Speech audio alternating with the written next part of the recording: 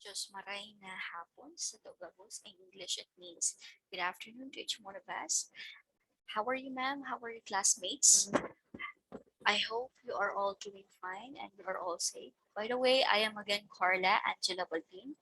I am the assigned student to make a video presentation about the following topics. These are what is style, its norm, the individual style, the functional style, the denotative versus connotative, and the last one is the lexical versus stylistic.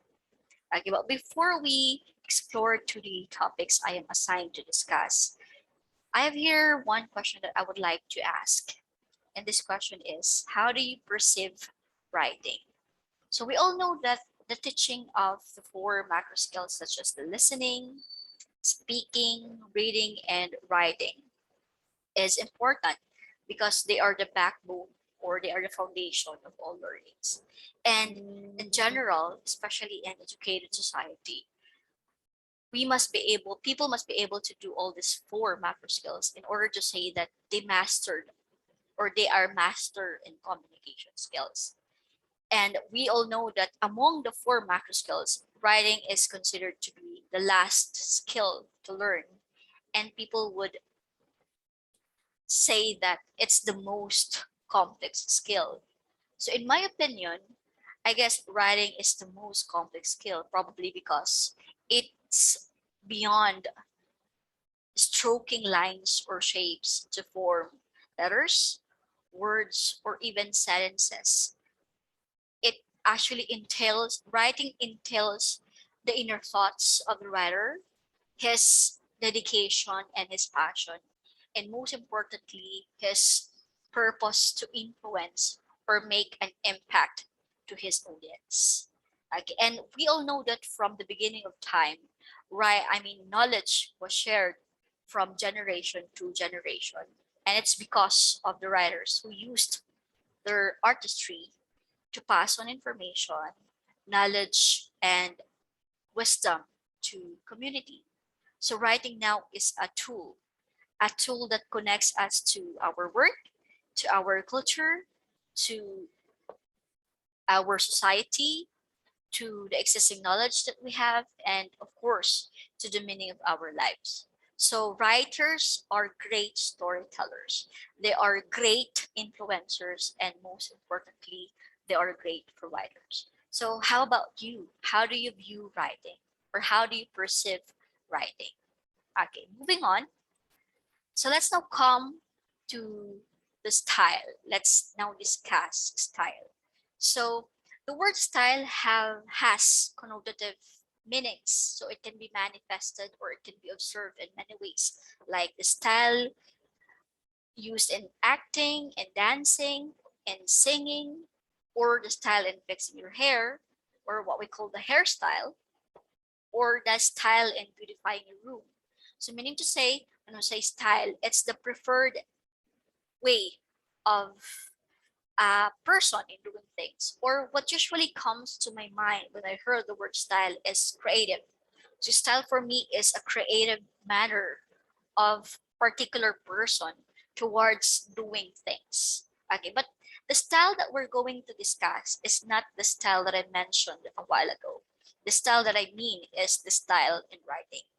So style comes from the Latin word stylus, which means a short, sharp stick used by Roman for writing on wax tablets. So it may denote the following. First, it's the correspondence between thought and expression.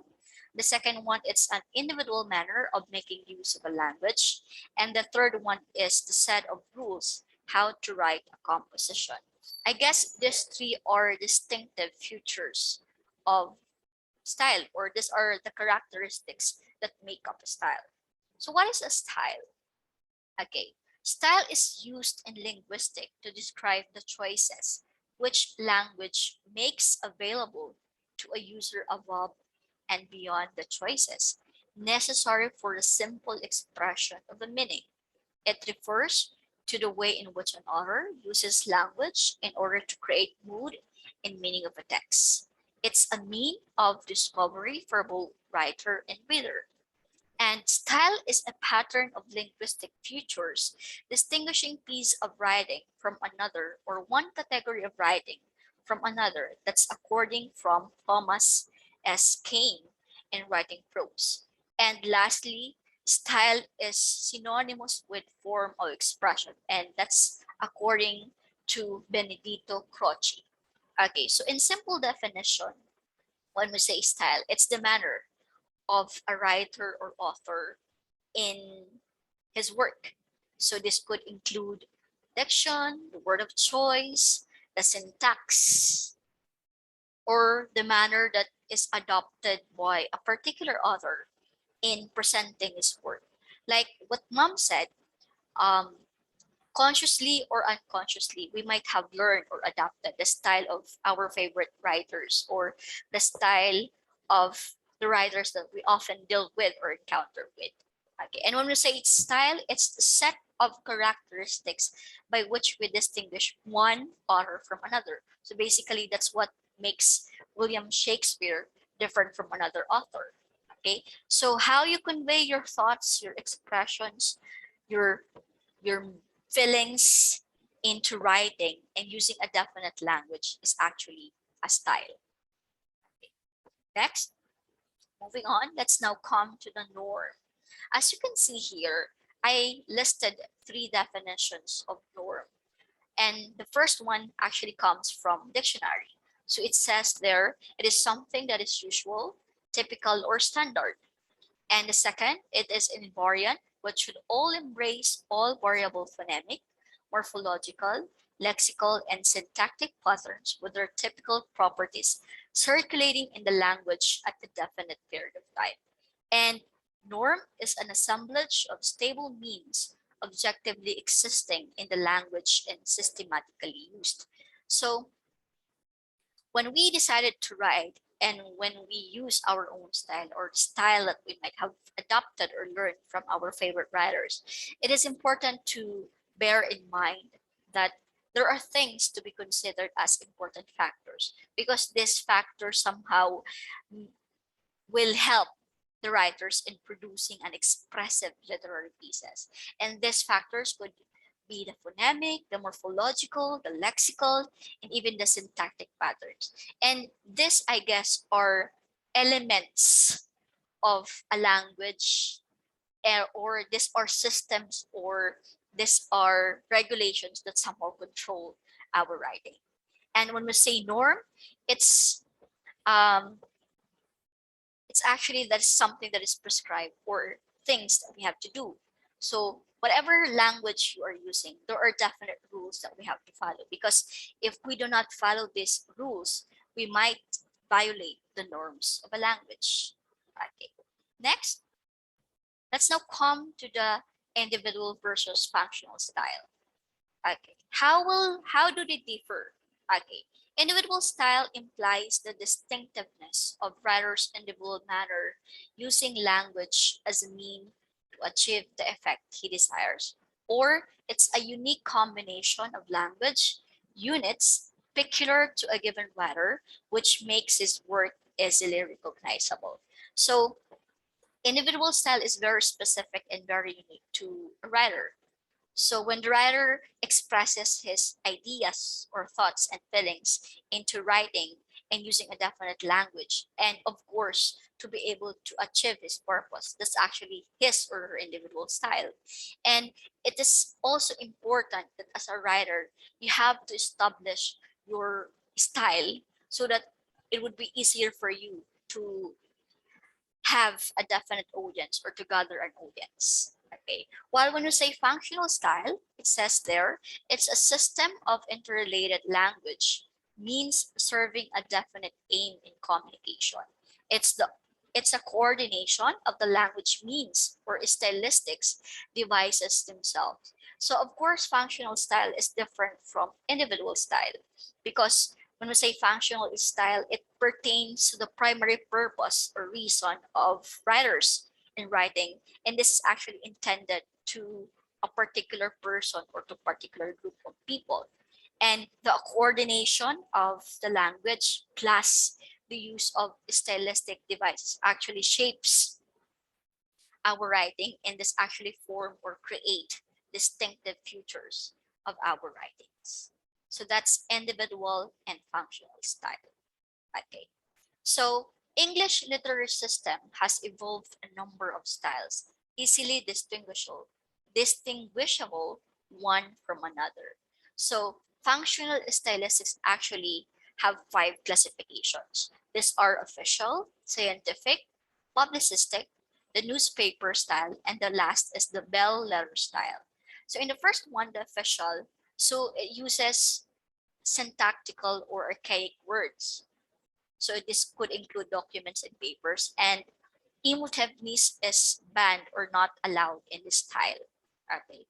And the second one, the scientific, which includes the brochures, the articles, and other scientific publications. So it's actually used in professional communication, and it denotes objects, phenomena, processes, or other terms that may be related to scientific. Okay. And the third one, the publicistic, it includes the essay and the public speech. So it's actually directed at influencing the readers. And of course, it should be according to the argument of the author. And the fourth one, the newspaper style, it actually uses special graphical means to attract the reader's attention. And the last one, the bell letter style, which includes the genre of creative writing. So this has a unique task to impress the readers aesthetically. Okay, so these are again the five classifications of functional stylistics. Okay, let's now move on. Okay, let's now come to the denotative versus connotative, or denotation or connotation. I know these terms are very familiar to us because this had been discussed when we were in junior high school and even in college. So these terms are not new to us. But let's again understand the differences between the denotation and the connotation. Let's first take the denotation or the denotative. Okay. The denotative, it's the objective meaning of a word with no associated emotion. It's the dictionary definition and a word's literal meaning only. So denotation is the actual definition of a word. It's the literal meaning of a word, and it's what you've seen in the dictionary when you try to look the definition or the meaning of a particular word. Plus, denotation has no hidden meaning. So when you say the teacher walked into a classroom, there's no hidden meaning in that example because the teacher just simply walked into the classroom. Okay, so as you can see, I provided there two examples of denotation or denotative. So the number 13 has a denotation meaning of this is a number equivalent to the sum of 6 and 7, 1 more than 12, and 7 less than 20. And the example number 2, the word there is cheap. So the denotation meaning is low cost. Okay, so it is important to bear in mind that denotation is um, objective and it's not dependent on the reader's interpretation and reader's experiences. And denotation is actually an important literary device that um, when the writer uses an exact word the to convey something to an audience or to the readers, then it gives him an ability or chance to make his writing more precise, more direct, and more, clearer. So any word substitution can actually change the feelings, the tone, and even the meaning of expression. Okay. Next, let's now come to the connotation or the connotative. Okay. So it says there, it's the unspoken hidden meaning that gives a word more emotional impact. So if denotation or denotative has no hidden meaning, the connotative has. Okay, it's a feeling or emotion that a word evokes or carries, and this affect the way a reader understands its use. So when we say connotation, it's what we usually associates when we heard a word And of course, when we associate it with something, there are feelings or emotions involved. So, meaning to say, connotations, these are actually suggestions, these are feelings, and these are associations that are connected to word. Okay. So actually, I just used the same example. So the example I have here are just the example in the denotation, but of course, different meaning, because here our task is to get the connotation meaning. So in example number one, the number 13, the connotation or the connotative meaning of number 13 for some is fear and suspicion. And the example number two, the word cheap. So the connotative meaning of that word is poorly made or made with inferior ingredients or products. Okay, I have here another examples of words which have connotative meaning. So there's no place like home. I guess this expressions has been heard oftentimes. So actually, as you can see there, I underlined the word home because home suggests connotation. While home refers to the actual building someone lives in, connotatively it refers to a family, a comfort, and security. So another example is the woman is a dove at heart. Here, the word dove implies peace or gentility. Moving on. Okay, let's now come to the word connotation. So writers are always been sensitive to the emotional power of words, and writers who wish to create more emotional response in the reader will choose words with stronger connotation.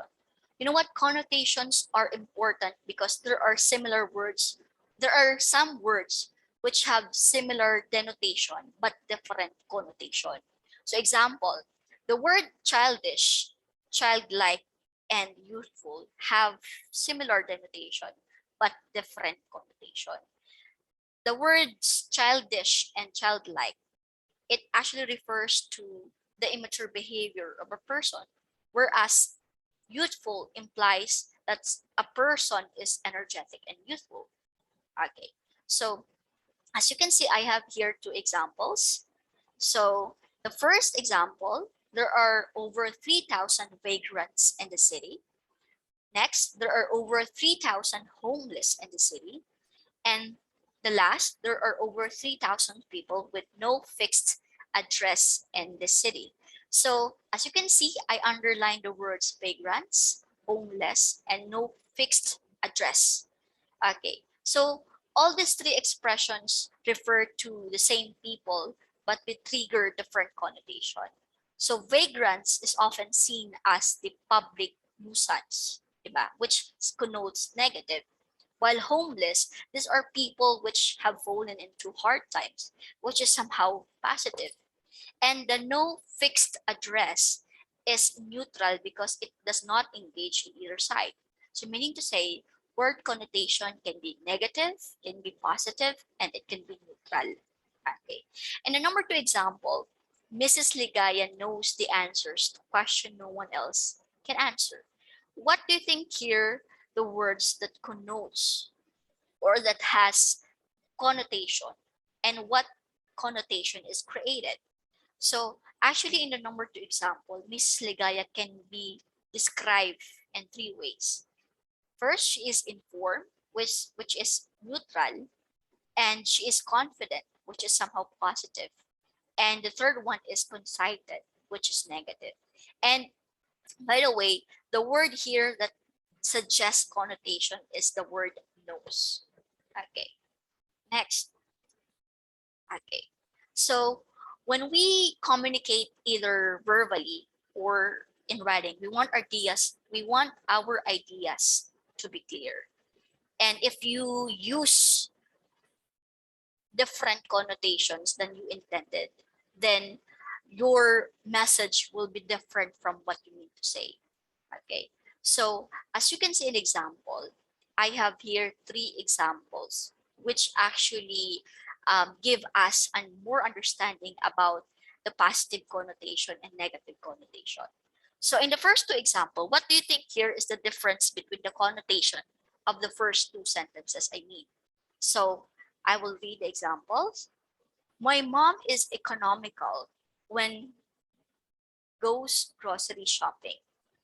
My mom is cheap when she goes grocery shopping. Sorry, it's lacking she there in the first sentence. So I underline the word economical and cheap because these two words have the same denotation, which means um, both they both mean to save money. But economical is somehow positive because it connotes that someone is careful with one's money, while the word cheap is negative because it suggests that someone is stingy. Diba? So it's negative. Economical is a positive connotation, while cheap is a negative connotation. Okay, in the, the second example, the city was bustling with people during the holiday, and the city was mobbed with people during the holiday. Again, I underline the words bustling and mob. So both these words, bustling and mob, both mean filled. However, bustling, um, it has a positive energy. I mean, it connotes a positive energy or excitement. So somehow positive siya. While the word mob, it's negative because it implies a restrictive movement. Okay. So bustling is a positive connotation, but mob is a negative connotation. Okay. The last example is the glass has cracked and the glass has shattered. So cracked and shattered both mean broken, but crack is less severe than shattered. So it's not completely destroyed. While shattered, it implies that something is broken violently into many pieces. So crack is somehow a positive connotation, whereas shattered connotes a negative connotation. Okay, next, let's now come to the lexical versus stylistic meaning. Okay. So lexical meaning comes from the Greek word lexis, which refers to the word or a speech.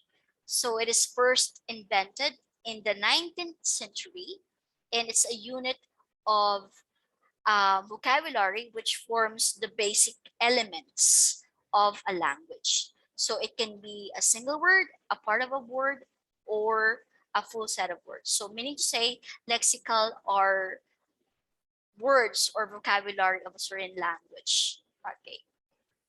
Next, the stylistic meaning. So it is defined as the study of style of different writers and types of literature and elements of language. It also refers to the study of the devices used in language that affect one's interpretation of a text.